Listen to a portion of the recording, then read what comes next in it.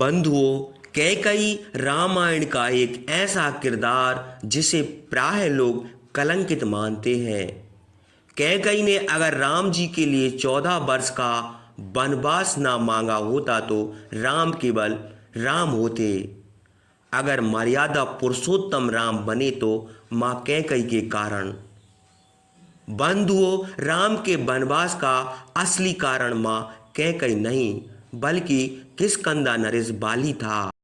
आइए इसके संदर्भ की एक कथा का श्रवण करते हैं। एक बार राजा दशरथ शिकार करने के लिए घर से निकले। चलते चलते एक जंगल में उनकी मुलाकात किष्किंधा नरेश बाली से हुई। तब किसी कारणवश बाली ने राजा दशरथ को युद्ध की चुनौती दे दी। अब चक्रवर्ती राजा दशरथ बाली की चुनौती को स्वीकार न करें, यह कैसे हो सकता था। राजा दशरथ ने बाली की चुनौती स्वीकार की। दोनों में घमासान युद्ध हुआ और अंत में राजा दशरथ बाली से हार गए, क्योंकि राजा दशरथ का हारना तो निश्चित ही था। क्योंकि बाली को ब्रह्मा जी से वरदान जो मिला था कि जो भी उसके सामने युद्ध के लिए आएगा उसकी आधी शक्ति बाली के शरीर में चली जाएगी। अंत में बाली ने कहा कि मैं आपको तभी प्राण दान दे सकता हूँ, या तो आप रानी कैकई को मेरे पास छोड़ दें या फिर अपना मुकुट मुझे दे दें। राजा ने रघुकुल की शान अपने मुकुट को बाली को दे दिया तथा रानी कैकई के साथ अयोध्या वापस आ गए।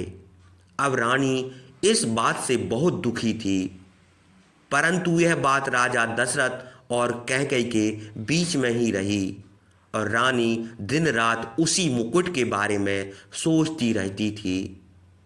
इधर जब श्री राम के राज तिलक का समय आया तो राजा दशरथ और कैकई के बीच मुकुट को लेकर चर्चा हुई, क्योंकि इस रहस्य को केवल राजा और रानी कैकई ही जानती थीं।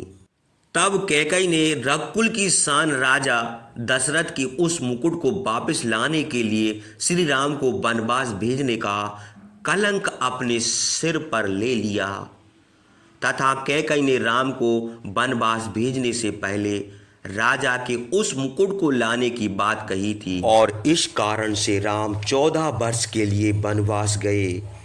वहाँ किष्किंधा नरेश बाली के छोटे भाई सुग्रीव से प्रभु राम की मित्रता हुई और बाली का वध करने के साथ साथ लंका के राजा रावण और राक्षसों का विनाश किया और प्रभु श्री राम अयोध्या वापस आए और राज मुकुट के साथ प्रभु का राज तिलक हुआ।